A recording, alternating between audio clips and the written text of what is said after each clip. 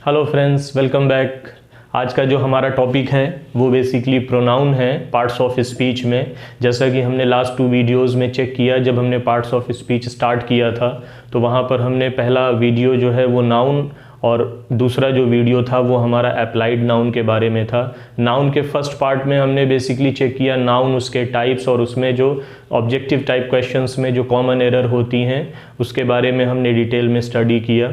और second part में basically हमने अप्लाइड नाउन के बारे में पढ़ा था, जिसमें कि हमने 4 चीज़ें डिस्कस की थी: नंबर, केस, जेंडर और पर्सन। अभी हमारा जो नेक्स्ट टॉपिक है वो बेसिकली पार्ट्स ऑफ स्पीच का सेकंड टॉपिक है, दैट इज़ प्रोनाउन। अब हम प्रोनाउन के बारे में डिस्कस करेंगे, प्रोनाउन की डेफिनीशन, उसके टाइप्स और फिर उसके बाद उसमें जो आने वाली ऑब्जेक्टिव टाइप क्वेश्चंस में जो कॉम्पिटिटिव एग्जाम में जिस तरीके के क्वेश्चंस बनते हैं, सो उसमें कौन कौन सी कॉमन एरर हमसे हो सकती हैं और कैसे हम उनको करेक्ट कर सकते हैं। तो रूल बाय रूल हम उसको चेक करेंगे। सो नाउन बेसिकली ये एक लंबा टॉपिक हो जाएगा। मेरी कोशिश रहेगी कि मैं इसको 2 या 3 पार्ट में मैक्सिमम कवर अप कर सकूं, ताकि ज़्यादा लेंदी भी ना हो और मोस्ट ऑफ द टॉपिक हम उसको मिनिमम टाइम में कवर अप कर सकें। सो लेट्स स्टार्ट। आज का जो हमारा टॉपिक है पार्ट्स ऑफ स्पीच में, दैट इज़ प्रोनाउन।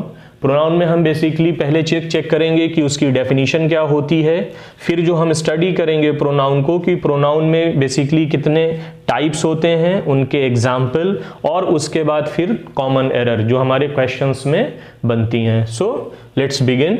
सबसे पहली चीज़ हमारे पास आती है कि व्हाट इज़ अ प्रोनाउन। जैसे कि आप देख रहे हैं व्हाट इज़ अ प्रोनाउन। सो यहाँ पर प्रोनाउन की मैंने 2 डेफिनीशन लिखी हुई हैं।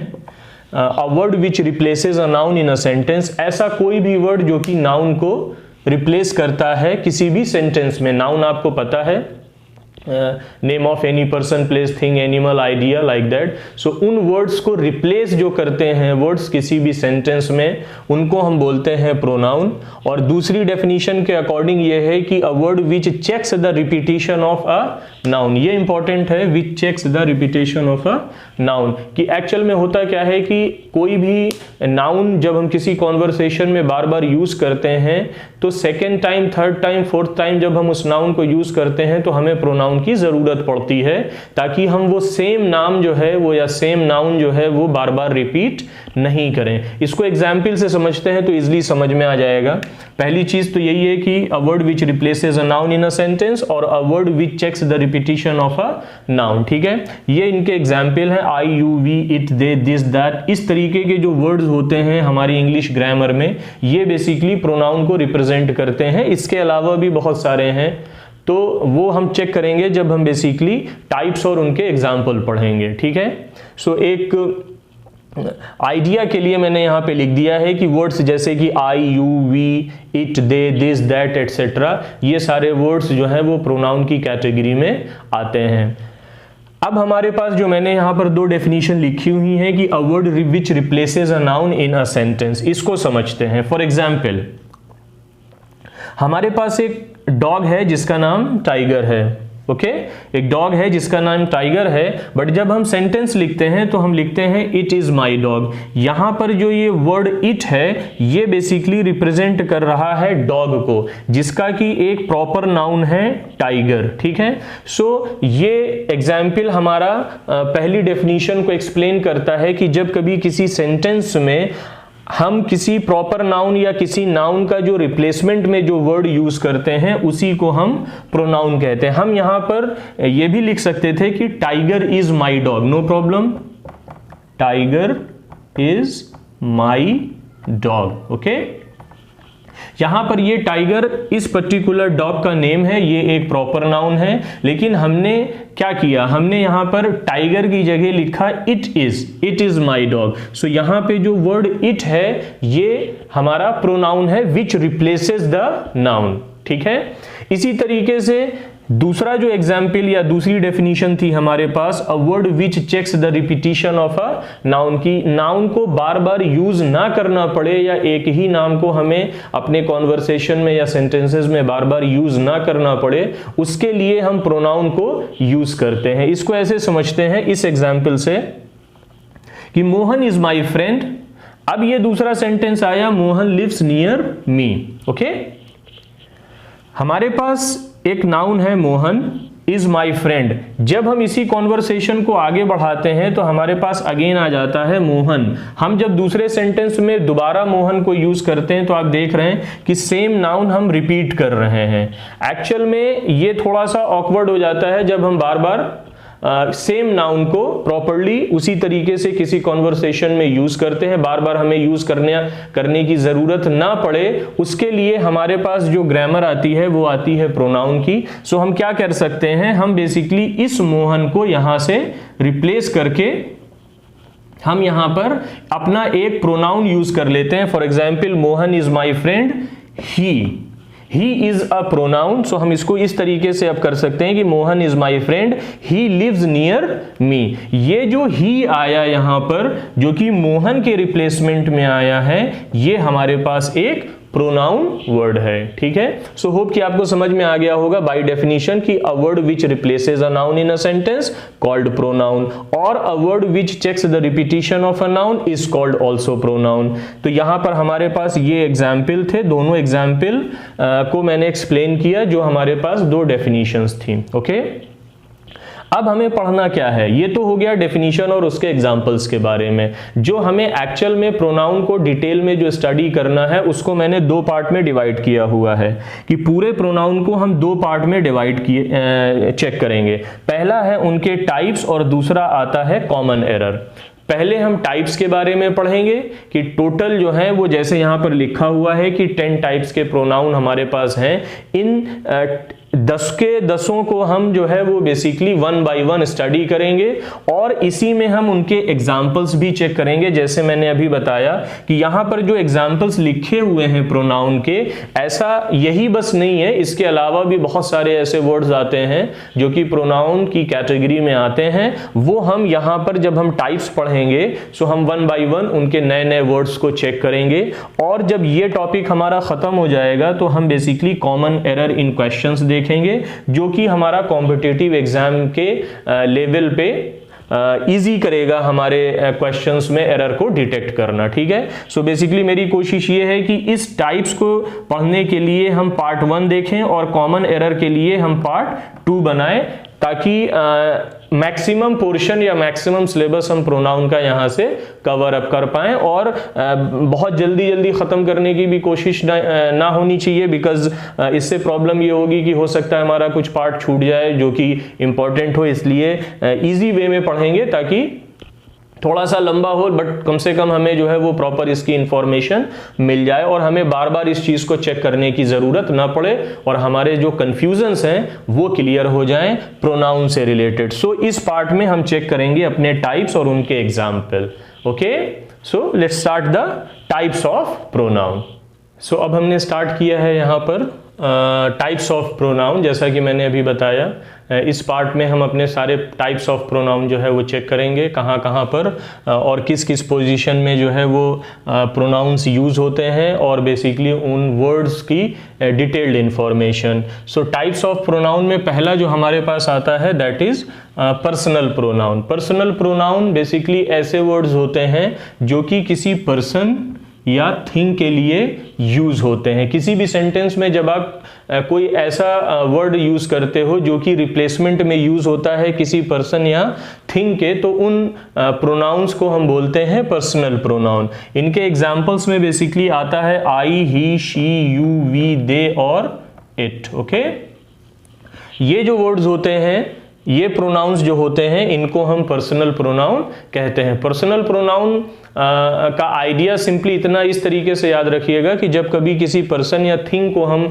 रिप्रेजेंट करते हैं, कोई भी ऐसा वर्ड, प्रोनाउन का वर्ड जो कि बेसिकली किसी पर्सन या थिंग को रिप्रेजेंट करता है, तो उसको हम बेसिकली पर्सनल प्रोनाउन बोलते हैं। ओके, यहां पर मैंने 2 एग्जाम्पल लिखा हुआ है जिसमें कि हमने पर्सनल प्रोनाउन यूज किया है।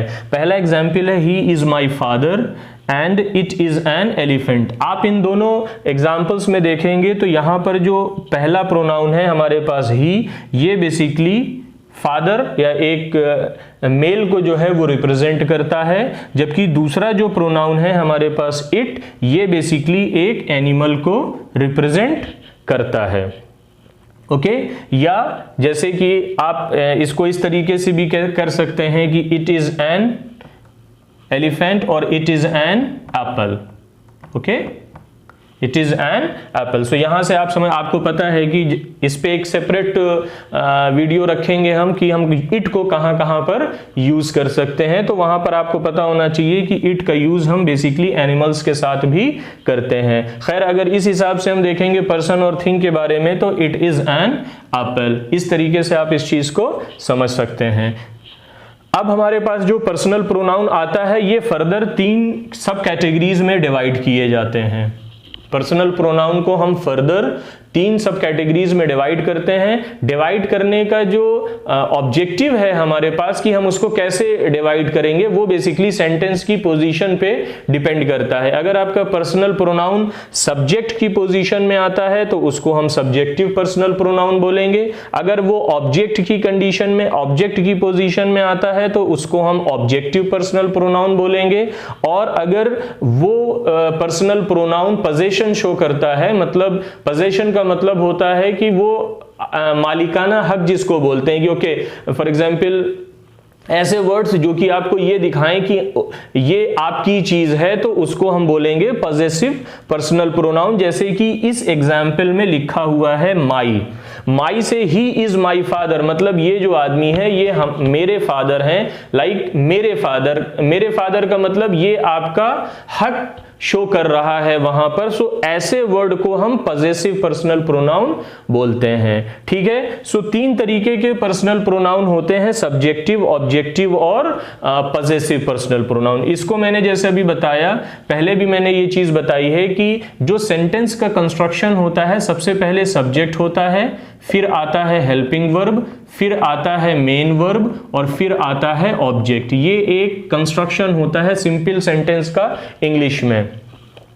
अगर आपका प्रोनाउन जैसे कि इन दोनों एग्जाम्पल्स में लिखा हुआ है कि इस सेंटेंस के स्टार्ट में ही हमने पर्सनल प्रोनाउन का यूज किया है, तो ये दोनों हमारे पास सब्जेक्टिव पर्सनल प्रोनाउन हो जाएंगे। यहां पर माई जो है वो पोजेशन शो कर रहा है, तो ये पॉजेसिव पर्सनल प्रोनाउन हो जाएगा। इसी तरीके से अगर कहीं पर हम ऑब्जेक्ट की पोजीशन में कोई प्रोनाउन यूज करते हैं पर्सनल प्रोनाउन, तो उसको हम बोलेंगे ऑब्जेक्टिव पर्सनल प्रोनाउन। मैं एक एग्जांपल लिख के देता हूं यहां पर। For example, he called me, उसने मुझे फोन किया। यहां पर आप देखेंगे ये जो मी है ये बेसिकली रिप्रेजेंट करता है आई को, और ये ऑब्जेक्ट की पोजीशन में है। सब्जेक्ट, मेन वर्ब और ऑब्जेक्ट, ये ऑब्जेक्ट की पोजीशन में है, इसलिए हम मी को बोलेंगे ऑब्जेक्टिव पर्सनल प्रोनाउन। ठीक है, सो ये हमारा पहला टाइप था। टाइप्स ऑफ प्रोनाउन में पहला हमने पढ़ा personal pronoun. Personal pronoun basically ऐसे वर्ड होते हैं जो कि किसी पर्सन या थिंग को रिप्रेजेंट करते हैं किसी भी सेंटेंस में। इनके एग्जांपल्स में I, he, she, you, we, they और इट होता है। यहां पर 2 एग्जांपल्स हैं, he is my father, it is an elephant और it is an apple. Okay, further हमारे पास पर्सनल प्रोनाउन जो है वो 3 तरीके के होते हैं, 3 types, as per its place in sentence. ये इंपॉर्टेंट है कि सेंटेंस के अंदर वो किस पोजीशन में है, इसके हिसाब से हम पर्सनल प्रोनाउन को सब्जेक्टिव, ऑब्जेक्टिव और पॉजेसिव की टर्मिनोलॉजी में डिफाइन करते हैं या डिस्क्राइब करते हैं। ओके, अगर हमारा प्रोनाउन सब्जेक्ट की पोजीशन में होता है तो उसको हम सब्जेक्टिव पर्सनल प्रोनाउन बोलते हैं। अगर वो ऑब्जेक्ट की पोजीशन में होता है तो ऑब्जेक्टिव पर्सनल प्रोनाउन यूज करते हैं। और अगर वो पोजीशन शो कर रहा है, हक दिखा रहा है, मालिक, मतलब आपको ये शो कर रहा है कि आप मालिक हैं इस चीज के, तो उन वर्ड्स को हम बोलते हैं possessive personal pronoun. So hope ये चीज आपको क्लियर हो गई होगी। अब यहां से हम सब्जेक्टिव, ऑब्जेक्टिव और पॉजेसिव प्रोनाउन को डिटेल में पढ़ेंगे कि हम कौन सा वर्ड किस तरीके से यूज होता है। ठीक है, हम चेक कर रहे हैं बेसिकली पार्ट्स ऑफ स्पीच में प्रोनाउन, और प्रोनाउन में हमारे पास अभी जो हमने देखा वो था पर्सनल प्रोनाउन। पर्सनल प्रोनाउन में बेसिकली हमने चेक किया कि पर्सनल प्रोनाउन फर्दर 3 सब कैटेगरी में डिवाइड किए जाते हैं। ओके, 3 कैटेगरीज में हमारे पास आता है, जैसे मैंने अभी डिस्क्राइब किया आपको कि पर्सनल प्रोनाउन सेंटेंस में किस पोजीशन पे होता है, subject, helping verb, main verb और ऑब्जेक्ट, कि वो सब्जेक्ट की पोजीशन पे है कि ऑब्जेक्ट की पोजीशन पे है कि वो पोजीशन शो कर रहा है, इस हिसाब से हमने फर्दर जो हमारा पर्सनल प्रोनाउन था उसको सब्जेक्टिव, ऑब्जेक्टिव और पॉसेसिव में फर्दर जो है उसको हमने सब डिवाइड किया। ओके, कि subjective personal pronoun, objective personal pronoun और पॉसेसिव पर्सनल प्रोनाउन।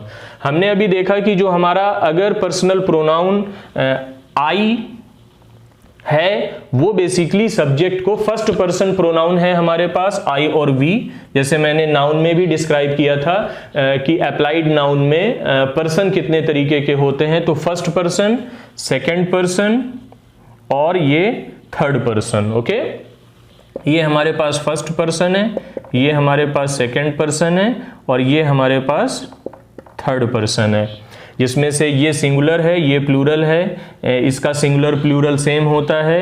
यहां पर ये तीनों हमारे पास सिंगुलर हैं और ये हमारे पास प्लूरल है। इसका डिटेल जो है वो आप चेक कर सकते हैं नाउन वाले वीडियो में, अप्लाइड नाउन, उसका लिंक है डिस्क्रिप्शन में, आप उसको वहां से चेक कर सकते हैं। ठीक है, अब हमारे पास आता है कि अगर हमारे पास कोई प्रोनाउन सब्जेक्टिव केस में है आई, तो उसका ऑब्जेक्टिव मी और उसका पॉसेसिव माई और माइन बनेगा।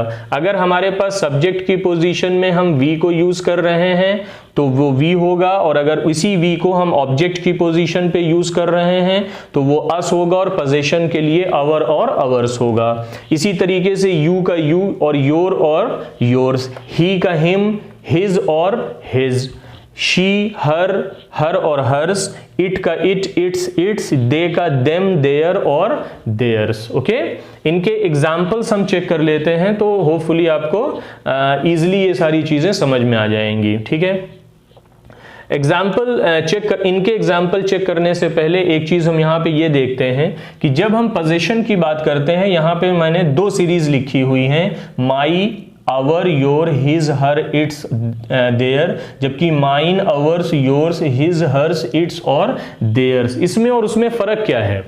हमारे पास ये क्वेश्चन होता है, काफ़ी स्टूडेंट्स को कंफ्यूजन होता है इन सब चीज़ों में कि माई और माइन में फ़र्क क्या है, क्या डिफरेंस है इन दोनों में। तो कोई डिफरेंस नहीं है, ये सेंटेंस के कंस्ट्रक्शन के हिसाब से इस तरीके से हम चेंज कर देते हैं। देखें, एक सेंटेंस में लिख देता हूं, यहां पर मैं एक चीज़ ये लिख देता हूं कि ये जो सीरीज है हमारे पास, इसको हमेशा अपने बाद जो है वो एक नाउन की ज़रूरत पड़ती है या कोई वर्ड चाहिए, जबकि ये जो है ये सीरीज़ पूरी ये लास्ट में आती है और इनके बाद किसी भी तरीके का नाउन की ज़रूरत नहीं पड़ती है। इसको एग्जाम्पल से समझते हैं। जैसे कि मैंने ये लिखा कि this is my book. Okay, अब यहां से आप ये समझ रहे होंगे कि ये जो माई है ये बेसिकली क्या है, ये माई पॉजेसिव पर्सनल प्रोनाउन है जो कि ये बता रहा है कि ये किताब जो है ये मेरी है, इस पे मेरा हक है। ओके, लेकिन आपने ये चेक किया कि जब हम माई को यूज करते हैं तो माई के बाद हमें लाजिम कुछ ना कुछ नाउन या वर्ड उसके बाद हमें चाहिए, नहीं तो वो सेंटेंस हमारा इनकम्प्लीट होता है। सो इस सीरीज में जो लिखा हुआ है माई, अवर, योर, हिज, हर, इट्स और देयर, इनके बाद हमेशा कोई भी इस सीरीज का कोई भी वर्ड जब आप किसी सेंटेंस में अप्लाई करते हो तो इनके बाद हमें ये शर्त है कि उसके बाद हमें किसी ना किसी नाउन का यूज करना पड़ेगा, अदरवाइज आपका सेंटेंस इनकम्प्लीट होगा। पहली चीज। अब अगर इसी सेंटेंस को हम दूसरी तरीके से लिखते हैं इन वर्ड्स के साथ, तो इसको आप ऐसे लिख सकते हो, दिस बुक इज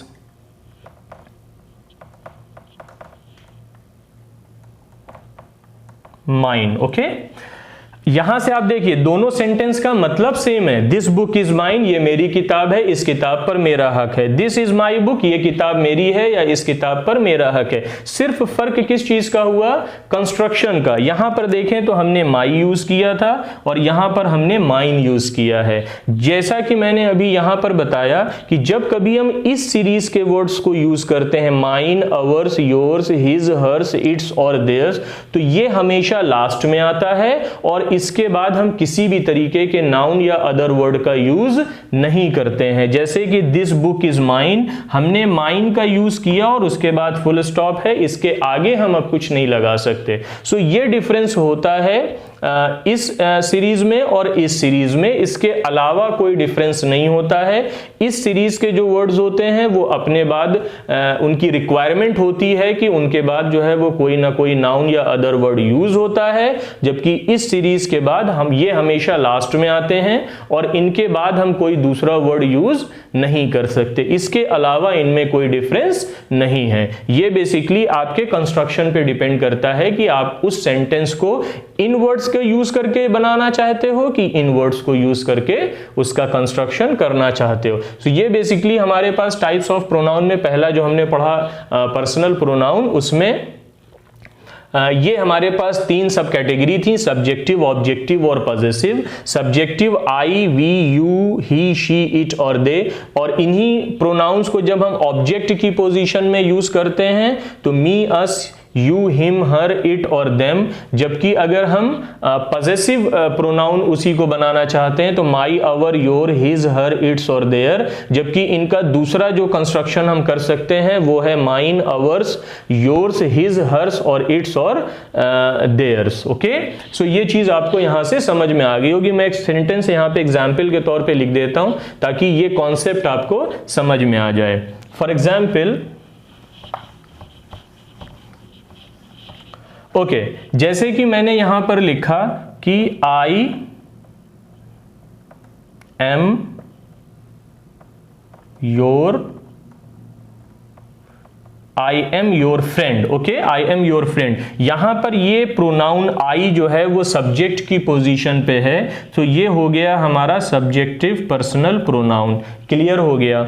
यहां पे ये जो योर है ये आपका पॉजेसिव प्रोनाउन है यहां पर, और ये जो है पॉजेसिव पर्सनल प्रोनाउन की तरह यूज हो रहा है, कोई दिक्कत नहीं है। लेकिन इसी आई को जब आप ऑब्जेक्ट की पोजीशन में यूज करोगे तो हमें क्या लिखना पड़ेगा? मी। तब हमारा आई जो है वो गलत हो जाएगा। फॉर एग्जाम्पल हम यहां से लिख देते हैं, जैसे मैंने एक एग्जाम्पल दिया था, अगर आप लिखते हैं ही कॉल्ड आई या ही कॉल्ड मी, अब आप खुद देख करके समझ जाइए कि इसमें से सही कौन सा है।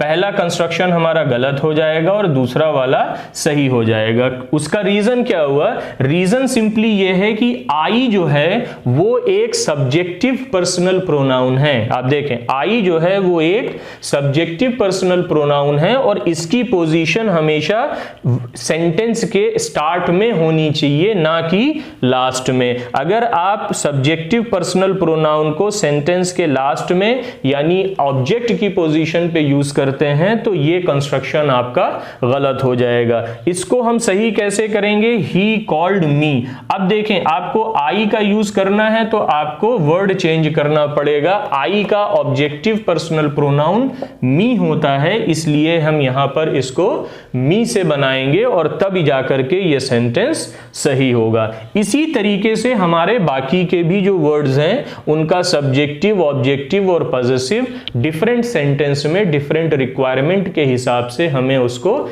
चेंज करना पड़ता है। इसीलिए ये सीरीज मैंने यहां पर आपके साथ डिस्कस की ताकि आपको कंफ्यूजन ना हो और A to Z आपको पता हो जाएगा कि ही का जो ऑब्जेक्टिव, ही जो है वो सब्जेक्टिव है, उसका अगर हमें ऑब्जेक्टिव लिखना है तो हिम, उसका पोजीशन लिखना है तो हिज, लेकिन इस हिज के बाद हमें कोई ना कोई वर्ड लिखना पड़ेगा। और अगर आप वो चीज नहीं लिखना चाहते हो तो भी हमें हिज, देखेंगे आप कि हिज का सेम है, इसलिए हमें लास्ट में, अगर हिज को लास्ट में लिखेंगे तो उसके बाद हम कोई भी वर्ड यूज नहीं कर सकते। इसी तरीके से हर और हर्स, यू और योर्स, सॉरी योर और योर्स, अवर और अवर्स, इस तरीके का कंस्ट्रक्शन हमारे पास होता है। होप कि ये चीज आपको समझ में आ गई होगी। यहां पर हमारा जो पहला टाइप है प्रोनाउन का, वो बेसिकली पर्सनल प्रोनाउन खत्म होता है। अब हम अपना सेकेंड प्रोनाउन जो है, टाइप्स ऑफ प्रोनाउन में सेकेंड टॉपिक हम अपना चेक करेंगे, ठीक है। अभी हमने अपना पहला टाइप पढ़ा प्रोनाउन के बारे में, जो कि था पर्सनल प्रोनाउन। अभी हमारे पास नेक्स्ट टॉपिक आता है, that is reflexive pronoun. Second type है हमारे पास प्रोनाउन का, that is reflexive pronoun. Actual में रिफ्लेक्सिव प्रोनाउन क्या होता है? जब कभी हम अपने ही बारे में बात करते हैं, जब कभी हम अपने ही बारे में बात करना चाहते हैं, तो वहां पर हमें रिफ्लेक्सिव प्रोनाउन की जरूरत पड़ती है। इसीलिए इसका नाम है रिफ्लेक्सिव। रिफ्लेक्स करना, लाइक अपना इमेज जो है वो मिरर इमेज वहां पर दिखाना उस पर्टिकुलर सेंटेंस में।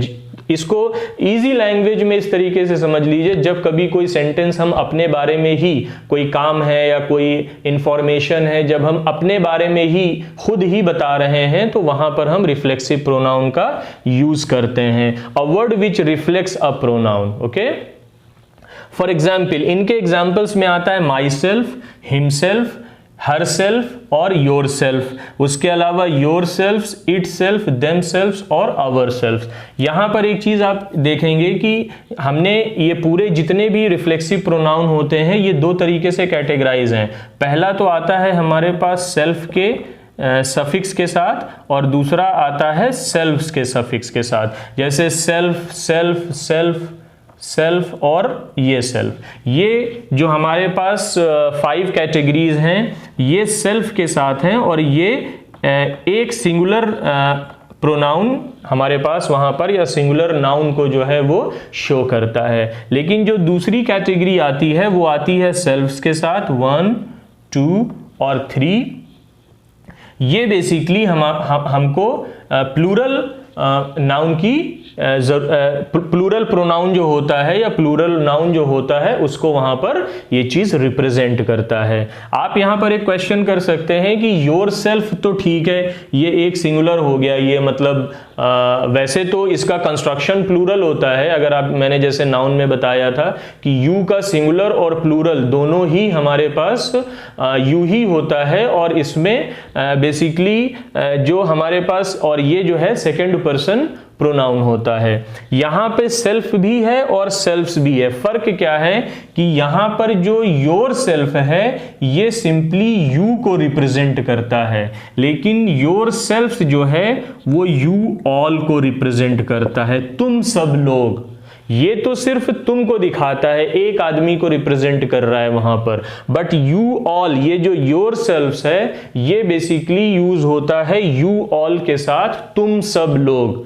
जैसे हम बोलें कि तुम सब लोग स्टूडेंट हो, you all are student, okay. और अगर उनका हमें रिफ्लेक्सिव प्रोनाउन यूज करना है you all के लिए, तो वो बेसिकली योर सेल्फ हो जाएगा। लेकिन अगर हम सिंगल यू के साथ यूज कर रहे हैं, तो वो योर सेल्फ होगा, ओके। अब हम पढ़ने जा रहे हैं कि बेसिकली रिफ्लेक्सिव प्रोनाउन क्या होता है। ये हमने बता दिया कि जब कभी हम अपने आप को ही रिप्रेजेंट कर रहे हैं उस सेंटेंस में, जो काम हम दिखाना चाह रहे हैं या जो उस सेंटेंस में बताना चाह रहे हैं, वो हम खुद ही के लिए कर रहे हैं, तो वो बेसिकली रिफ्लेक्सिव प्रोनाउन की जरूरत होती है। इसीलिए यहां पर डेफिनेशन में लिखा हुआ है कि a word which reflects a pronoun, जो कि अपनी मिरर इमेज को वहां पर शो करेगा। हम खुद ही से बात कर रहे हैं। उसके बाद यहां पर जो एग्जाम्पल्स थे रिफ्लेक्सिव प्रोनाउन के, वो मैंने बता दिए, my self, himself, her self, your self, और इस तरीके से।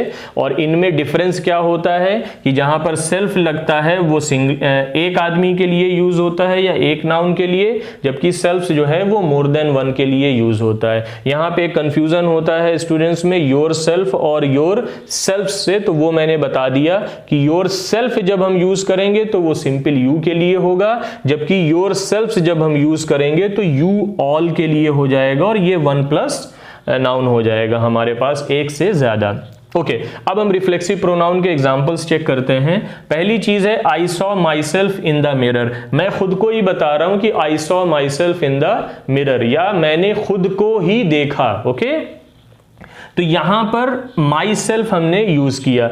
आप इसको इस तरीके से नहीं लिख सकते कि I saw I in the mirror. Okay मतलब आप इस तरीके से अगर इसको सोचो कि I saw I in the mirror, okay ये तो ठीक है, यहां पर आपने 2 बार आई यूज किया, आई सॉ आई, बट जैसा कि आपको पता है कि आप इस तरीके से कंस्ट्रक्शन नहीं कर सकते इंग्लिश ग्रामर में, तभी हमें प्रोनाउंस की जरूरत पड़ती है कि हम रिपीट ना करें किसी भी नाउन को फर्दर किसी भी कॉन्वर्सेशन में। तो जब कभी आप दोबारा अपने लिए ही बात कर रहे हो तो यहां पर रिफ्लेक्सिव प्रोनाउन में आएगा my self. Okay so I saw my self in the mirror. दूसरा है ही टॉक्स टू हिमसेल्फ, वो खुद से ही बात करता है। सो ही का जो मिरर इमेज होगा या रिफ्लेक्सिव प्रोनाउन होगा वो होगा हिमसेल्फ, जो कि एक रिफ्लेक्सिव प्रोनाउन है और किसका है, वो ही का है। ओके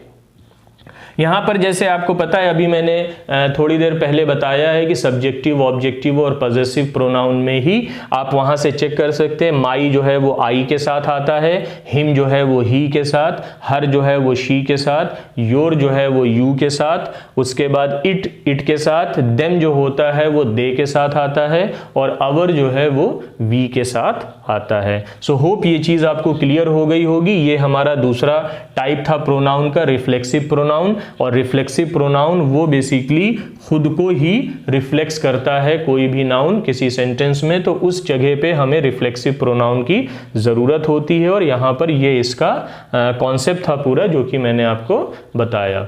ठीक है,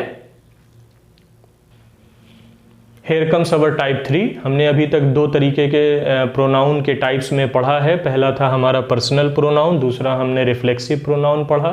अभी हमारे पास थर्ड आता है इनडेफिनिट प्रोनाउन। इनडेफिनिट प्रोनाउन क्या होता है? जब कभी हम किसी नाउन को रिप्रेजेंट तो करना चाहते हैं बट हमें एग्जैक्टली नहीं पता है उसके बारे में कि वो क्या है या कौन है। सो उस कंडीशन में हम इनडेफिनिट प्रोनाउन का यूज करते हैं। इनडेफिनिट का मतलब आपको एग्जैक्टली 100% आप श्योर नहीं हो उस पर्टिकुलर नाउन के बारे में। So not sure about noun, जब कभी आप किसी नाउन के बारे में श्योर नहीं होते हो तो वहां पर हम इनडेफिनिट प्रोनाउन का यूज करते हैं। पहला पॉइंट। दूसरा पॉइंट ये है कि इनडेफिनिट प्रोनाउन जो होते हैं वो हमेशा सिंगुलर सब्जेक्ट होते हैं, इसलिए इनके साथ जो वर्ब लगेगी वो भी सिंगुलर, मतलब इज, वॉज और हैज। ओके बहुत सिंपल सा कॉन्सेप्ट है कि इनडेफिनिट जैसे कि नाम से ही रिप्रेजेंट होता है यहां पर कि आप श्योर नहीं हैं, और जब कभी आप किसी नाउन के बारे में श्योर नहीं होते हैं तो हम इनडेफिनिट प्रोनाउन का यूज करते हैं। और दूसरा पॉइंट दिमाग में रखना है हमें कि ये हमेशा सिंगुलर सब्जेक्ट होता है, इसलिए इनके साथ आने वाली जो हेल्पिंग वर्ब है वो भी सिंगुलर होगी, दैट इज, वॉज और हैज। अब इनके एग्जाम्पल्स के बारे में देखते हैं हम। Anybody, anyone, somebody, something, nobody, everybody और ईच। ये जो एग्जाम्पल्स हैं हमारे पास ये बेसिकली इनडेफिनिट प्रोनाउन को रिप्रेजेंट करते हैं। हम नॉर्मल ऐसे ये सारे वर्ड्स यूज भी करते हैं बट हमें जिनको ग्रामर के बारे में उतना ज़्यादा पता नहीं है तो उनको थोड़ा सा कंफ्यूजन हो जाता है कि ये वर्ड्स क्या हैं। So anybody, anyone, somebody, something, nobody, everybody और ईच, ये सारे एग्जाम्पल्स होते हैं इनडेफिनिट प्रोनाउन के। पहली चीज़ तो ये हो गई। अब हमारे पास इसके बाद जो है वो है एग्जाम्पल। इनको हम एग्जाम्पल से समझते हैं। जैसे कि यहां पर एक एग्जाम्पल लिखा हुआ है कि anybody can be a doctor. हमारे पास एक क्लास में 30 स्टूडेंट्स हैं, हम अपनी क्लास को रिप्रेजेंट करके बोलते हैं कि in my class anybody can be a doctor, मतलब हमारी क्लास में इस 30 में से कोई भी जो है वो, इन 30 स्टूडेंट्स जो हैं हमारे पास उनमें कोई भी डॉक्टर बन सकता है, बट हमें एग्जैक्टली नहीं पता है कि कौन इतना होनहार स्टूडेंट है या अच्छा स्टूडेंट है जो कि आगे तक जाएगा और एक डॉक्टर बनेगा। So anybody can be a doctor. So यहां पर हमारा इनडेफिनिट प्रोनाउन हम यूज करते हैं विच इज एनीबडी। दूसरा एग्जाम्पल है हमारे पास everybody is going to picnic. Everybody is going to picnic, हमने एग्जैक्टली यहां पर ये रिप्रेजेंट नहीं किया कि एवरीबॉडी में कौन कौन लोग हैं, तो हमें वहां पे डेफिनेटली ये पता नहीं है कि कौन कौन से लोग जो हैं वो उस पिकनिक में जा रहे हैं। सो हमने क्या किया, हमने एक इनडेफिनिट प्रोनाउन को यूज किया, दैट इज एवरीबॉडी, और अपनी क्लास को हमने बोल दिया कि everybody is going to the picnic. Okay, खलास। इस तरीके से जो है ये चीज हमारे पास हो जाती है कि हम everybody is going to picnic, ऐसे वर्ड्स जो कि इनडेफिनिट नाउन को शो करते हैं उनको हम इनडेफिनिट प्रोनाउन कहते हैं। For example anybody. अब यहां पर एक चीज आप देख रहे होंगे, कैन और इज, ये दोनों सिंगुलर हमारी हेल्पिंग वर्ब हैं। सो जैसा कि ये रूल नंबर 2 था यहां पर कि सिंगुलर सब्जेक्ट, इनडेफिनिट प्रोनाउन हमेशा सिंगुलर सब्जेक्ट होता है और इनके साथ आने वाली हेल्पिंग वर्ब भी हमारी सिंगुलर वर्ब भी होती है। सो आप देखेंगे कि हमने इज और कैन का यूज किया है, हम कभी भी आर, वर या हैव का यूज नहीं करते हैं। लाइक आर, वर और हैव, इनका यूज हम इनडेफिनिट प्रोनाउन के साथ यूज नहीं करते हैं क्योंकि ये सारी प्लूरल हेल्पिंग वर्ब हैं। ओके, प्लूरल हेल्पिंग वर्ब हैं। और रूल ये कहता है कि चूंकि इनडेफिनिट प्रोनाउन हमेशा सिंगुलर सब्जेक्ट होता है इसलिए हम उनके साथ सिंगुलर वर्ब ही यूज करते हैं। ओके, सो होप कि ये चीज आपको समझ में आ गई होगी। ये हमारा थर्ड एग्जाम्पल था जो कि इनडेफिनिट प्रोनाउन के लिए था। अब हम चलते हैं टाइप 4 के लिए। सो अभी हमने चेक किया अपना प्रोनाउन का जो टाइप थर्ड था, दैट इज इनडेफिनिट प्रोनाउन। अभी हमारे पास जो नेक्स्ट आता है that is interrogative pronoun. Interrogative pronoun basically जैसे कि नाम से ही जाहिर है कि इंट्रोगेटिव का मतलब होता है कि जब कभी इंटरोगेशन होती है, लाइक आप किसी से क्वेश्चन करते हैं। सो ऐसे सारे वर्ड्स जो कि आपको क्वेश्चन करने में हेल्प करते हैं, सो उन क्वेश्चन वर्ड को हम बोलते हैं इंट्रोगेटिव प्रोनाउन। जैसे कि हमारे पास नॉर्मल जो हम एक क्वेश्चन करते हैं, what, when, where, why, who, how many, how much, which और हुम, इस तरीके के जो वर्ड होते हैं हमारे पास, ये बेसिकली हमें क्वेश्चन पुटअप करने में हेल्प करते हैं। और ये सारे के सारे वर्ड्स जो होते हैं ये एग्जाम्पल होते हैं इंट्रोगेटिव प्रोनाउन के बारे में। सो हम इंट्रोगेटिव प्रोनाउन पढ़ रहे हैं फॉर क्वेश्चंस। पहला पॉइंट इसमें यही है कि ऐसे सारे प्रोनाउन जो कि, ऐसे सारे वर्ड जो कि हमें क्वेश्चन करने में हेल्प करते हैं उनको हम इंट्रोगेटिव प्रोनाउन बोलते हैं। और इनके एग्जाम्पल्स में हमारे पास ये लिखा हुआ है जो कि हम डेली यूज में लाते हैं इनको, और कोई नए वर्ड्स नहीं है, हमें इन सारे वर्ड्स के बारे में पता है। What, when, where, why, who, how many, how much, how, which और हुम। ओके, सो इंट्रोगेटिव प्रोनाउन हो गया। अब यहाँ पर जो मेन जो पढ़ाना है मुझे, या जो मेन हमारा कंफ्यूजन होता है वो इन दोनों टॉपिक्स में होता है कि हमारे पास दो ऑप्शन आते हैं, व्हाट और विच, और हु और हुम। तो ये दोनों बेसिकली होते तो एक ही आंसर के लिए हैं कि व्हाट और विच, कि दोनों का मतलब ही होता है क्या, कि व्हाट आर यू डूइंग, तुम क्या कर रहे हो, इस तरीके से।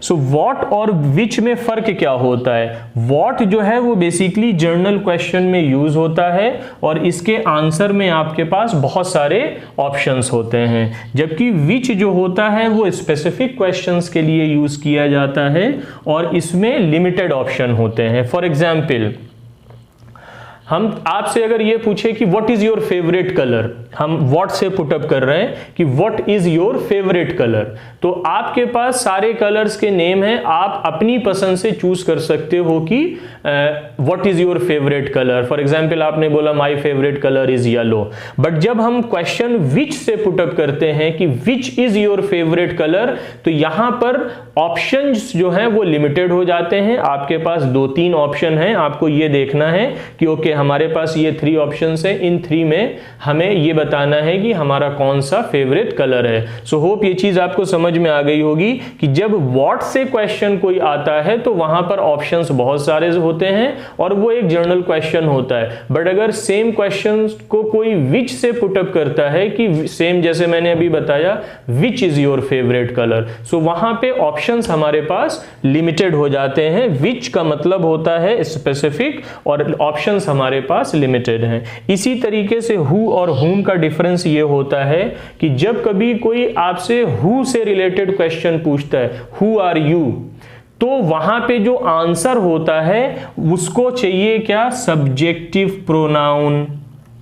मैंने अभी बताया थोड़ी देर पहले कि पर्सनल प्रोनाउन 3 तरीके के होते हैं, सब्जेक्टिव, ऑब्जेक्टिव और पॉजेसिव। सो जब कभी आपसे कोई हु से रिलेटेड, हु से स्टार्ट करके कोई क्वेश्चन पुटअप करता है तो इसका मतलब यह है कि उसको सब्जेक्टिव प्रोनाउन से मतलब है। फॉर एग्जाम्पल मैं आपसे क्वेश्चन पूछूं हु आर यू, सो आप क्या बताएंगे, I am Mohan, I am Raju, I am Ram, इस तरीके का आंसर होगा। सो हु का मतलब ये होता है कि उसको सब्जेक्टिव प्रोनाउन से मतलब है, जबकि हुम का मतलब ये होता है कि जब कभी आप जो है वो हुम से क्वेश्चन कोई पुटअप करता है तो उसको ऑब्जेक्टिव प्रोनाउन से मतलब होता है। फॉर एग्जाम्पल मैं क्वेश्चन बोलता हूं कि whom are you talking with, whom are you talking with, so आप क्या आंसर देंगे, I am talking with my friend. जब आप बोलेंगे I am talking with my friend, ये आपका आंसर हुआ। सो यहां पे हुम जो है वो ऑब्जेक्टिव प्रोनाउन को रिप्रेजेंट करता है कि with whom you are talking with और whom are you talking with. So आप क्या बोलेंगे, I am talking with my friend. यहां पे जो ये माई फ्रेंड है ये क्या है, आपका ऑब्जेक्टिव प्रोनाउन के बारे में रिप्रेजेंट करता है और ऑब्जेक्टिव प्रोनाउन को वहां पर दिखाता है। सो होप आपको इनके बारे में डिफरेंस पता चल गया होगा कि कब आप व्हाट का यूज करेंगे और विच का, कब आप हु का यूज करेंगे और हुम का। एक्चुअल में ये दोनों एक ही हैं, लाइक व्हाट और विच सेम है और हु और हुम जो है वो सेम है। फर्क होता है किस चीज का, कि हम इनसे जो निकलने वाला आंसर है वो बेसिकली हम किस तरीके से चाहते हैं। अगर हम एक कॉमन सा आंसर चाहते हैं तो हम व्हाट के साथ यूज करते हैं। हम लिमिटेड ऑप्शन दे करके कोई क्वेश्चन पूछ रहे हैं तो हम विच का यूज करेंगे।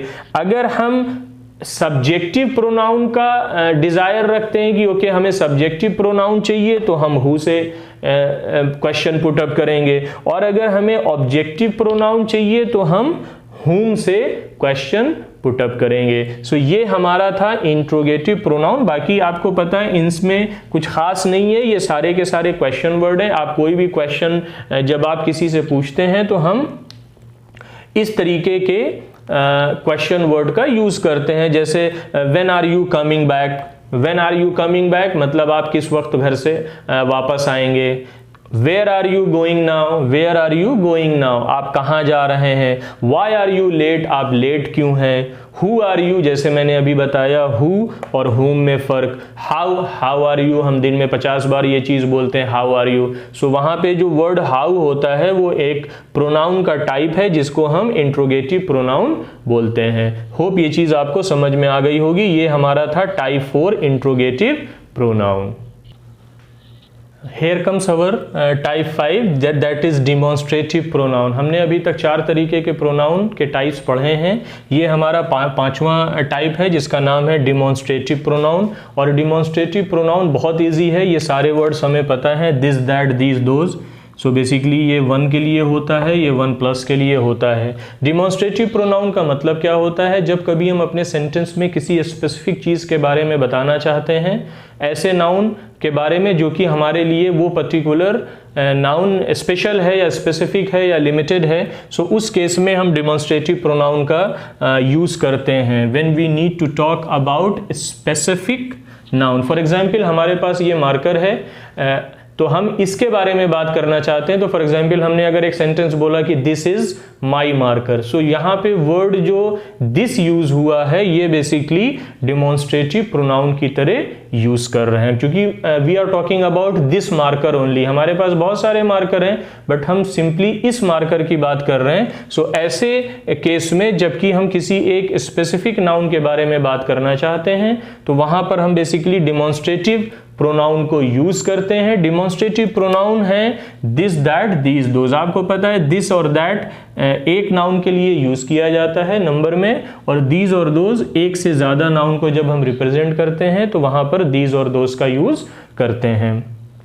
अगर हम बात करें एग्जाम्पल की, तो जैसे मैंने यहाँ पे लिखा हुआ है दिस इज माई बुक, सो यहाँ पे वर्ड दिस जो है ये पर्टिकुलर इस बुक को रिप्रेजेंट कर रहा है। दूसरे एग्जाम्पल में लिखा हुआ है दोज आर माई फ्रेंड्स, यहाँ पे ये वर्ड दोज जो है ये फ्रेंड्स को रिप्रेजेंट कर रहा है। सो ये दोनों हमारे डिमॉन्स्ट्रेटिव प्रोनाउन हो जाते हैं। सो ये बहुत सिंपल है, इसमें कुछ ऐसा जो है वो बहुत समझने वाला नहीं है, बट क्योंकि एक पार्ट है हमारा प्रोनाउन का तो हमने इसको यहाँ पर डिस्कस किया। क्योंकि जैसे मैंने शुरू में बताया कि हम सारे पार्ट्स को यहाँ पर प्रोनाउन के इस पार्ट में डिस्कस करेंगे, फिर नेक्स्ट पार्ट में जो वीडियो होगा उसमें हम बेसिकली एरर्स के बारे में बात करेंगे। ठीक है, सो ये हो गया हमारा डिमॉन्स्ट्रेटिव प्रोनाउन, जहां पर हम किसी एक स्पेसिफिक नाउन के बारे में बात कर रहे हैं। इनके 4 एग्जाम्पल होते हैं दिस, दैट, दीज और दोज।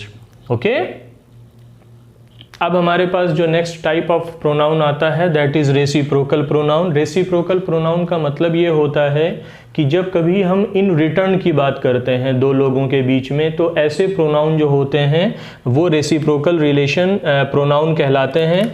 और प्रोनाउन, इसकी डेफिनेशन को अगर हम देखें तो इसका मतलब ये होता है कि प्रोनाउन विच रिफर्स अ रेसिप्रोकल रिलेशन। रेसिप्रोकल रिलेशन का मतलब होता है डन इन रिटर्न। जब कभी दो लोग एक दूसरे को रिटर्न फेवर या रिटर्न में कोई बात कहते हैं, या जो एक होता है एक्सचेंज करते हैं दो लोग या दो नाउन आपस में, तो उस तरीके के प्रोनाउन जो कि ऐसे रिलेशन को एक्सप्रेस करते हैं उनको हम रेसिप्रोकल प्रोनाउन बोलते हैं। ये जैसे एग्जाम्पल हमारे पास दो हैं, ईच अदर और वन एन अदर। ओके, एक एग्जाम्पल यहाँ पर लिखा हुआ है they are helping each other. They are helping each other, इसको जब हम एक्सप्लेन करें तो हमारे पास कुछ लोग हैं जो कि एक दूसरे की हेल्प करते हैं। तो इस एग्जाम्पल से आपको ये चीज समझ में आ गई होगी कि यहाँ पे जो वर्ड हमने यूज किया है ईच अदर, ये बेसिकली एक रेसिप्रोकल रिलेशन को शो करता है, जिसका मतलब ये होता है डन इन रिटर्न। ठीक है, तो ऐसे वर्ड जो कि इस तरीके के रिलेशन को शो करते हैं उनको हम रेसिप्रोकल प्रोनाउन बोलते हैं। और ये दो होते हैं, ईच अदर और वन एन अदर। इस एग्जाम्पल से आपको समझ में आ गया होगा they are helping each other, मतलब वो लोग आपस में एक दूसरे की हेल्प करते हैं या कर रहे हैं। सो इस केस में ऐसे प्रोनाउन को हम रेसिप्रोकल प्रोनाउन कहते हैं। सो अब हम आगे बढ़ते हैं और अपने 7th टाइप ऑफ प्रोनाउन के लिए हम बात करते हैं। 7th हमारे पास जो प्रोनाउन है that is relative pronoun. Relative pronoun, जैसा कि डेफिनेशन से पता चल रहा है कि it is used to refer to nouns mentioned previously. ये बेसिकली रिलेटिव प्रोनाउन नाम से ही वाकिफ हैं कि रिलेटिव प्रोनाउन का मतलब है कि ये बेसिकली एक रिलेशन को शो करता है। रिलेशन किसका? जब कभी किसी कॉन्वर्सेशन में हम कोई नाउन यूज करते हैं और उसी को हम दोबारा आने वाले अपने कॉन्वर्सेशन में मेंशन करना चाहते हैं तो हमें रिलेटिव प्रोनाउन की ज़रूरत पड़ती है। ओके, सो रिलेटिव प्रोनाउन के टाइप्स कौन कौन से होते हैं, कुछ एग्जाम्पल्स यहाँ पर मैंने लिख दिए हैं। That is which, that, whose, whoever, whomever, who and whom. Okay, इसको समझने के लिए हम अपने एग्जाम्पल को चेक करेंगे। अगर आप एग्जाम्पल से समझेंगे तो ज़्यादा इजीली इसको समझ पाएंगे।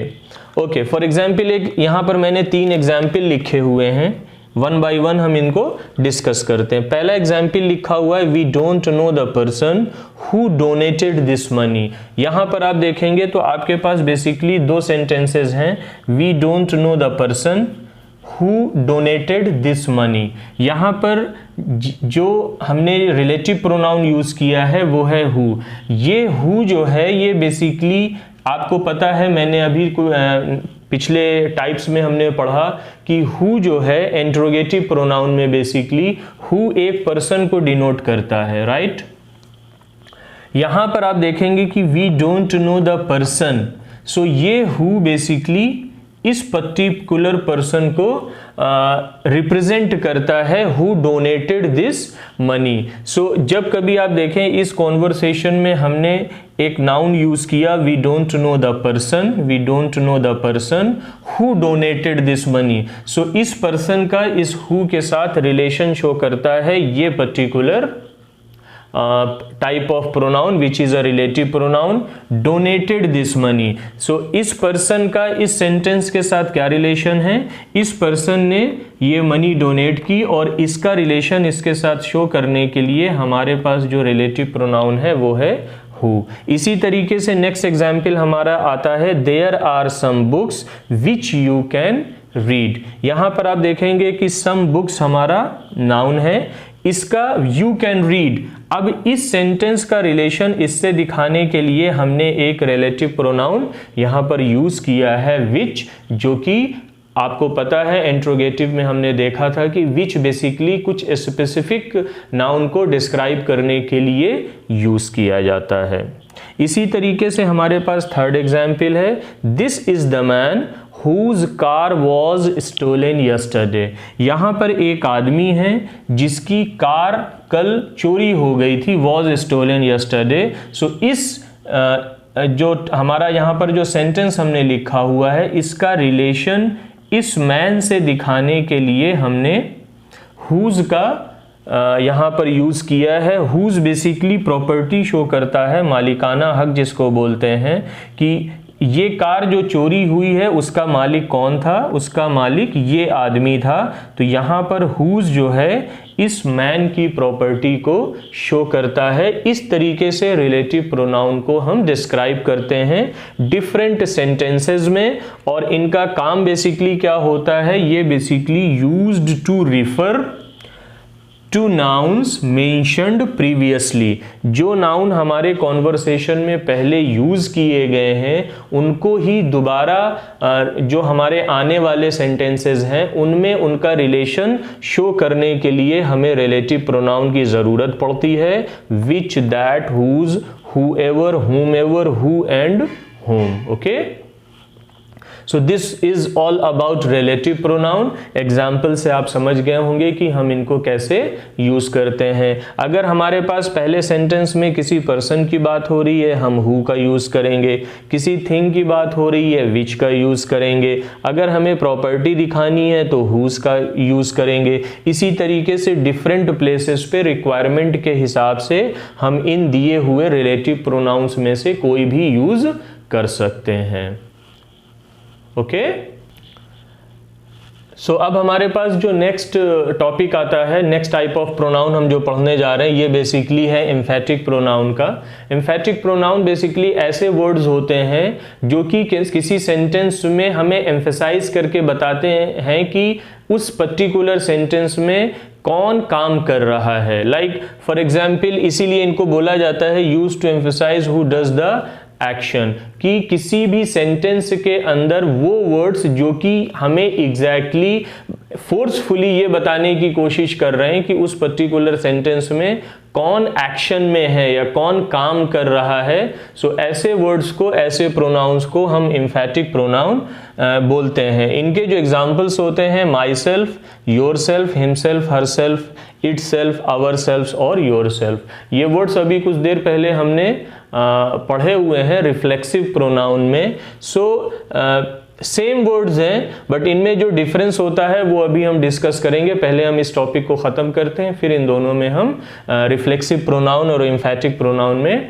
डिफरेंस चेक करेंगे। ठीक है, सो ये होते हैं एम्फेटिक प्रोनाउन, ऐसे वर्ड्स जो कि किसी सेंटेंस के अंदर हमें ये बताने की कोशिश करते हैं कि उस सेंटेंस में कौन है जो काम कर रहा है एग्जैक्टली। ओके, एग्जाम्पल से समझने की कोशिश करते हैं। फॉर एग्जाम्पल हमारे पास जो पहला सेंटेंस है वो है ही डिड हिज होमवर्क हिमसेल्फ। अगर आप इस सेंटेंस को ध्यान से पढ़ेंगे कि he did his homework himself, इस सेंटेंस में जो एक्चुअली जो बताने की कोशिश की गई है वो ये है कि उसने अपना होमवर्क किया खुद, उसने खुद अपना होमवर्क किया बिना किसी की हेल्प लिए हुए। सो इस सेंटेंस में जो हमें इंफॉर्मेशन मिल रही है वो ये है कि हमारे पास जो सब्जेक्ट ही था उसी ने अपना होमवर्क किया है। सो यहाँ पे जो ये एम्फैटिक प्रोनाउन हमने हिमसेल्फ यूज किया है, ये बताने की कोशिश कर रहा है कि इस पर्टिकुलर सेंटेंस में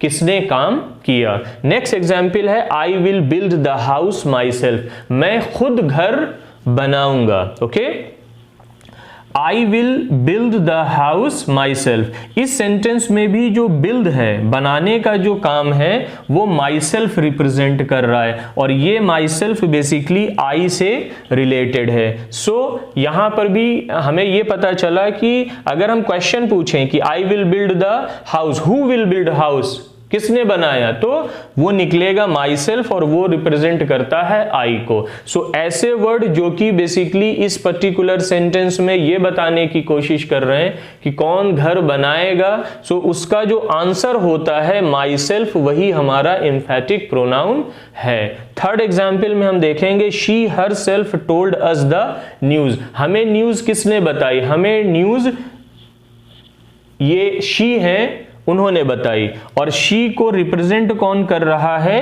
her self. She herself told us the news.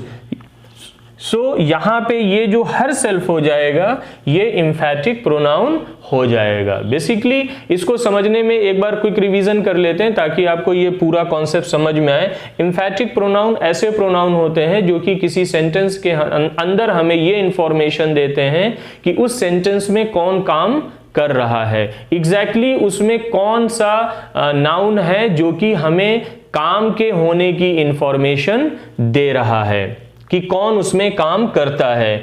Basically इसमें जो एग्जाम्पल्स हैं हमारे my self, your self, himself, her self, इस तरीके के 3 एग्जाम्पल से हमने इसको समझने की कोशिश की कि he did his homework himself, I will build the house myself, she herself told us the news. इन तीनों सेंटेंस में हमारे पास emphatic pronoun himself, myself और हर सेल्फ है जो कि डिफरेंट सेंटेंसेस के अंदर हमें ये बताने की कोशिश कर रहे हैं कि उस पर्टिकुलर सेंटेंस में किसने काम किया। सो ये था हमारे पास एम्फैटिक प्रोनाउन।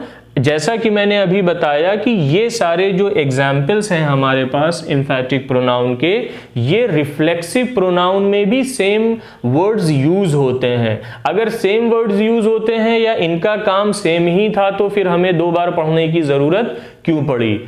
जाहिर है कि हम इनका जो काम डिफरेंट टाइप्स में डिफरेंट होगा, उसके बेसिस पे हम एम्फैटिक प्रोनाउन और रिफ्लेक्सिव प्रोनाउन के बीच में डिफरेंस चेक करेंगे अब, ठीक है। ओके, सो जैसे कि अभी हमने चेक किया एम्फैटिक प्रोनाउन में कि इसमें भी वैसे ही वर्ड्स आते हैं like my self, your self, him self, her self, इस तरीके के। तो मैंने जैसे कि अभी बताया कि एम्फैटिक प्रोनाउन और रिफ्लेक्सिव प्रोनाउन के जो एग्जाम्पल्स होते हैं वो सेम होते हैं। तो इनमें डिफरेंस क्या है, अगर सेम है तो हमें 2 तरीके से पढ़ने की इसको ज़रूरत क्या है, उसी डिफरेंस को हम चेक करने जा रहे हैं यहाँ पर अभी। कि जैसे हमने जब रिफ्लेक्सिव प्रोनाउन पढ़ा था तो मैंने वहाँ पर आपको ये चीज़ बताई थी कि when the action of a verb turns back to the subject, जो काम हम करते हैं वो पलट करके अगर हमारे सब्जेक्ट के ही ऊपर आता है, कि मतलब डायरेक्ट उसका जो रिजल्ट है वो सब्जेक्ट के लिए ही है, तो उस केस में हम जो वर्ड्स यूज़ करते हैं my self, your self, him self करके, उनको हम रिफ्लेक्सिव प्रोनाउन बोलते हैं। जैसे कि एग्जाम्पल यहाँ पे बेसिकली एक दूसरा पॉइंट ये भी है कि usually object of the verb, जो ये वर्ड्स होते हैं ये वर्ब का ऑब्जेक्ट होते हैं। ओके, एग्जाम्पल के तौर पे इनको समझते हैं। I fed myself the grapes, मैंने खुद को ग्रेप्स खाने को दिया। ओके, सो यहाँ पे जो वर्ब हमारे पास फेड है वो बेसिकली रिप्रेजेंट कर रही है माई सेल्फ और आई। आप देखेंगे आई माई सेल्फ। सो बेसिकली यहाँ पर क्या है कि जो हमारा एक्शन है खाना देना वो turns back to the subject, ठीक है। नेक्स्ट एग्जाम्पल है we blame our self for the accident. यहाँ पर जो हमारा वर्ब है ब्लेम, यहाँ पे हमने ब्लेम किया किसको, खुद को। सो हमारा जो एक्शन है वो बेसिकली सब्जेक्ट पे ही रिटर्न होकर के आता है। तो ऐसे जो प्रोनाउंस हम यूज करते हैं, माई self, her self, your self, our self, ये सब बेसिकली रिफ्लेक्सिव प्रोनाउन कहलाते हैं। तो ये चीज हमें दिमाग में रखनी पड़ेगी कि जब कभी हमारा एक्शन पलट करके ही सब्जेक्ट को डिफाइन करता है या उसी सब्जेक्ट के लिए शो करने लगता है, तो वहां पर जब हम रिफ्लेक्सिव प्रोनाउंस को यूज करते हैं, मतलब जो वर्ड्स हमारे पास यूज होते हैं माई सेल्फ, योर सेल्फ और हर सेल्फ करके, तो उनको हम रिफ्लेक्सिव प्रोनाउन बोलेंगे। एम्फैटिक प्रोनाउन में जैसे कि अभी थोड़ी देर पहले हमने पढ़ा, जहां पर हम एम्फेसाइज करते हैं कि हु डज द एक्शन, कि काम कौन कर रहा है। अगर हमारा सेंस ये है अपने सेंटेंस में कि हमको जोर दे के ये चीज बतानी है कि इस सेंटेंस में ये आदमी काम कर रहा है, तो वहां पर जो ये जो वर्ड्स यूज होते हैं my self, your self, her self, himself करके, तो उनको हम एम्फैटिक प्रोनाउंस बोलते हैं। होप आपको डिफरेंस समझ में आ गया होगा। आप एग्जाम्पल से देखिए, आई, जैसे मैंने अभी थोड़ी देर पहले ये एग्जाम्पल दिया था, आई will build the house my self. यहां पर इस सेंटेंस में जो बिल्ड हमारा जो काम है, यहां पर आई एम्फसाइज करके ये बोल रहा है कि ये काम मैं खुद करूंगा, मैं अपना घर खुद बनाऊंगा। She herself told us the news, उसने खुद हमको न्यूज जो है वो बताई। तो यहां पर एम्फसाइज करके ये बोला जा रहा है कि कौन एक्शन करता है। ऐसे वर्ड्स को एम्फैटिक प्रोनाउन बोलते हैं। दोनों में जो एग्जांपल्स हैं वो सेम है, himself, herself, my self, our self, your self, इस तरीके से। जबकि जो रिफ्लेक्सिव प्रोनाउन होता है वहां पर बेसिकली क्या होता है कि जो हमारा क्या बोलते हैं, जो एक्शन होता है, जो वर्ब होती है, वो पलट करके ही किसके पास आ जाती है, सब्जेक्ट के पास। तो इस सेंस में जो हमारे पास प्रोनाउंस यूज होते हैं उनको हम रिफ्लेक्सिव प्रोनाउन बोलते हैं, और अगर हम एम्फेसाइज करके उस चीज को डिनोट करना चाहते हैं तो वो एम्फैटिक प्रोनाउन हो जाएगा। होप ये डिफरेंस आपको यहां से समझ में आ जाएगा। एक ही वर्ड है बट हम उनको जब अलग अलग सेंस में यूज करते हैं तो टाइप्स ऑफ प्रोनाउन जो है वो अलग हो जाता है। अगर हमारा एक्शन पलट करके वापस सब्जेक्ट की तरफ आ गया तो हम उसको रिफ्लेक्सिव प्रोनाउन बोलेंगे। लेकिन अगर सेंटेंस का सेंस ये है कि उस सेंटेंस में हम एम्फेसाइज करके ये चीज बताना चाह रहे हैं कि ये एक्शन हम किसके लिए कर रहे हैं या कौन कर रहा है, सो उस केस में हमारे पास एम्फैटिक प्रोनाउन यूज होता है सेम वर्ड्स के लिए। ठीक है, सो होप ये चीज आपको यहां से समझ में आ गई होगी। चलते हैं हम अपने नेक्स्ट टाइप ऑफ प्रोनाउन की तरफ, जो कि लास्ट है हमारा। तो यहां से हमारा थ्योरेटिकल पार्ट इस टॉपिक का खत्म हो जाएगा। ओके, अब हमारे पास हमारा लास्ट टाइप ऑफ प्रोनाउन आता है, दैट इज डिस्ट्रीब्यूटिव प्रोनाउन। ये हमारा लास्ट टॉपिक है इस पार्ट का। डिस्ट्रीब्यूटिव प्रोनाउन क्या होता है, इस चीज़ को समझने के लिए ये थोड़ा सा ट्रिकी है। इसको इस तरीके से समझेंगे कि मान लीजिए कि हमारे पास एक ग्रुप है और हम ग्रुप को जनरलाइज करके कोई बात नहीं कह रहे हैं। हम उस ग्रुप में, फॉर एग्जांपल हमारा ये क्लास है, इस क्लास में हमारे पास 10 स्टूडेंट्स हैं।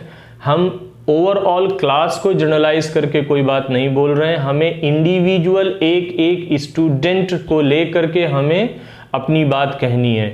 उस केस में जो हमारे पास प्रोनाउन हम यूज करते हैं उनको हम बोलते हैं distributive pronoun. Distributive pronoun basically a pronoun which represents individual from a group, कि एक ग्रुप में हर एक को रिप्रेजेंट जो करता है, एक साथ कॉमन होकर के नहीं, कंबाइन होकर के नहीं, बेसिकली ये सेपरेट हमारे पास जो नाउन्स होते हैं उनको रिप्रेजेंट करता है, इसीलिए इसको डिस्ट्रीब्यूटिव प्रोनाउन बोला जाता है।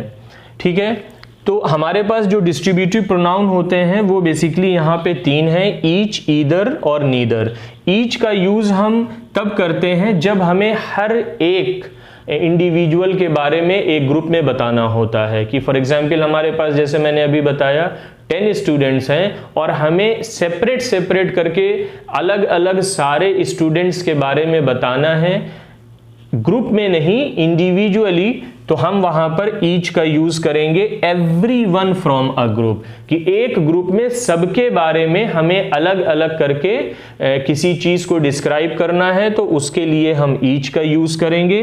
दूसरा आता है ईदर, ये basically from a group of two के लिए, जब हमारे पास दो लोगों का ग्रुप होता है। फॉर एग्जाम्पल एक बड़ा ग्रुप है, उस ग्रुप में से जैसे मान लीजिए कि हमारे पास 10 स्टूडेंट हैं, 10 स्टूडेंट्स में हमने दो दो का सेपरेट ग्रुप बना लिया, तो हमारे पास टोटल 5 ग्रुप्स हो गए। इन 5 ग्रुप्स में हमने एक ग्रुप लिया जिसमें कि 2 लोग हैं, और वहां पर अगर हमें उन दोनों में से किसी एक को रिप्रेजेंट करना होता है तो हम ईदर का यूज करते हैं। Only one from a group of 2, हमारे पास 2 का ग्रुप है और उस 2 के ग्रुप में से किसी एक के बारे में हम बात करना चाह रहे हैं, तो हम उसको बोलेंगे ईदर से यूज करके, डिस्ट्रीब्यूटिव प्रोनाउन ईदर का वहां पर हम यूज करेंगे।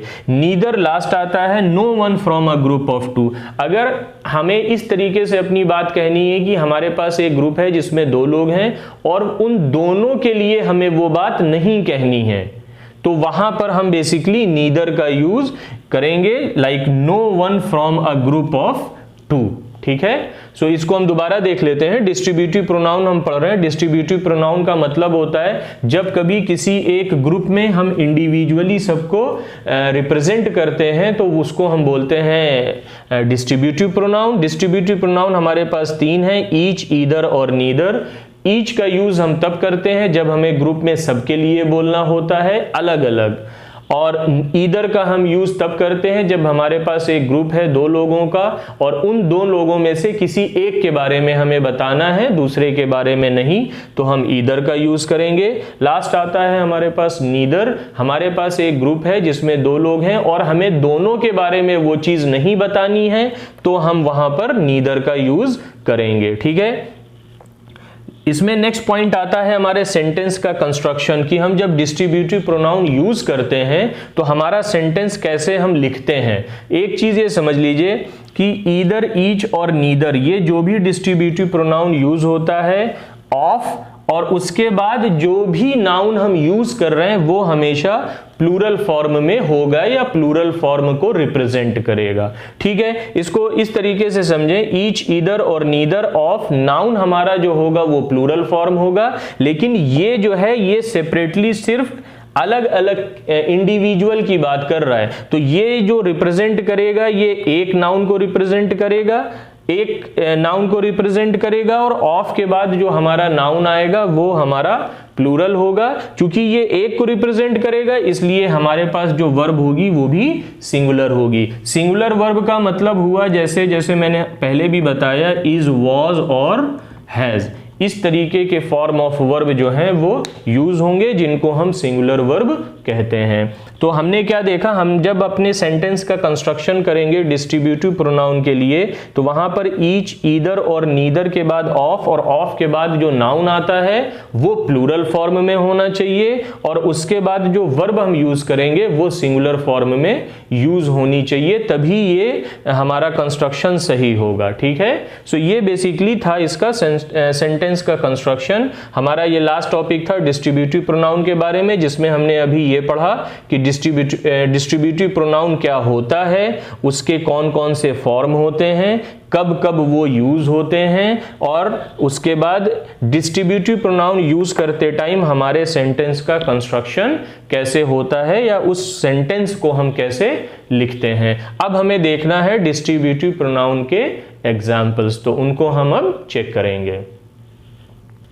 So after theory now we are going to discuss distributive pronoun के एग्जाम्पल्स। जो हमारे पास एग्जाम्पल्स हैं डिस्ट्रीब्यूटिव प्रोनाउन के, जो हमने 3 पढ़े, ईच, नीदर और ईदर, तो उनके हम एग्जाम्पल्स के बारे में यहाँ पर डिस्कस करते हैं। पहला एग्जाम्पल है हमारे पास, either of you is correct. जैसे मैंने अभी बताया, ईदर का मतलब क्या था, हमारे पास 2 में से एक ग्रुप है हमारे पास जिसमें 2 लोग हैं, उसमें से कोई एक के बारे में हम यहाँ पे बात कर रहे हैं, ऑफ, और ऑफ के बाद जो नाउन आएगा वो प्लूरल आएगा। जब हमने फर्स्ट पार्ट में नाउन में पढ़ा था, नाउन में बेसिकली क्या था, हमने जब उसकी थ्योरी पढ़ी तो हमने टाइप्स ऑफ नाउन पढ़े, वहां पर मैंने आपको बताया था अप्लाइड नाउन में जो पर्सन है तो यू हमारा सेकंड पर्सन में आता है और यू हमेशा यू का सिंगुलर और प्लूरल दोनों ही यू होता है। इसके बाद जो हेल्पिंग वर्ब आएगी हमारे पास वो इज है, और इज हमारे पास एक सिंगुलर वर्ब है, और उसके बाद हमारा अदर वर्ड या ऑब्जेक्ट आएगा। सो ये हमारा कंस्ट्रक्शन था जो हमने पहले चेक किया, either of you is correct. Okay, next example था हमारे पास either of you can drive. Same thing है, यहाँ पे में भी दो में से किसी एक की बात हो रही है। ऑफ के बाद जो नाउन आया वो प्लूरल आया, कैन ये सिंगुलर वर्ब है, और ड्राइव। ओके, ईच ऑफ अस, जब हम ईच ऑफ अस की बात करते हैं तो इस अस में फॉर एग्जाम्पल हमारे पास 10 लोग हैं, तो ये 10 के 10 को ईच मतलब 1 2 3 ऐसा करके 10 तक सबको काउंट करेंगे, बट हम बात करते हैं इंडिविजुअली 1 2 3 इस तरीके से। Each of us will go to the movie, कि 10 में से 10 के 10 हमारे मूवी जा रहे हैं, बट हम एक साथ उनको लेकर के नहीं बोल रहे हैं कि ऑल ऑफ यू, ऐसा करके नहीं बोल रहे हैं, हम बोल रहे हैं ईच ऑफ अस, मतलब कि हर एक हमारे में से मूवी जाएगा। ओके, लास्ट वन हमारे पास आता है neither of you will get the prize. Neither में भी क्या होता है, दो का ग्रुप होता है जिनमें से हम दोनों की बात नहीं कर रहे हैं। नीदर में यही चीज है कि हमारे पास दो लोग हैं और हम दोनों की बात नहीं कर रहे हैं। यहां पर neither of you will get the prize, कि हमारे पास दो लोग हैं और ये दोनों इस प्राइज को विन नहीं करेंगे या इनको ये प्राइज नहीं मिलेगा। ईदर में हम एक की बात करते हैं, ग्रुप हमारा दो का होता है। नीदर में भी हमारे पास ग्रुप दो का होता है, बट हम उन दोनों की बात नहीं करते हैं। ईच में हम बेसिकली सबकी बात करते हैं, इंडिविजुअली अलग अलग हम सबकी बात करते हैं, उसके लिए हम ईच का यूज करते हैं। अगर हमें सबकी बात एक साथ करनी हो तो हम ऑल का यूज करेंगे, all of us. All of us हम ईच का यूज नहीं करेंगे वहां पर, क्योंकि ईच जो है वो इंडिविजुअली सबको अलग अलग बताता है, जो कि एक डिस्ट्रीब्यूटिव प्रोनाउन है। सो होप यहां से आपको ये चीज समझ में आ गई होगी, और यहीं पे हम अपने प्रोनाउन के फर्स्ट पार्ट को वाइंड अप करते हैं। इसके बाद हमारा जो सेकंड पार्ट प्रोनाउन का है, वहां पर हम इनमें कॉम्पिटिटिव लेवल पे हमारे जो एरर्स होती हैं उनको हम वहां पर डिस्कस करेंगे। ये थ्योरी का पार्ट था जिसमें हमने प्रोनाउन की डेफिनेशन और उसके टाइप्स को डिटेल में स्टडी किया कि कौन कौन से वर्ड्स प्रोनाउन की कैटेगरी में आते हैं। ठीक है, नेक्स्ट पार्ट में हम इसके एरर्स को डिस्कस करेंगे। Till then, thank you.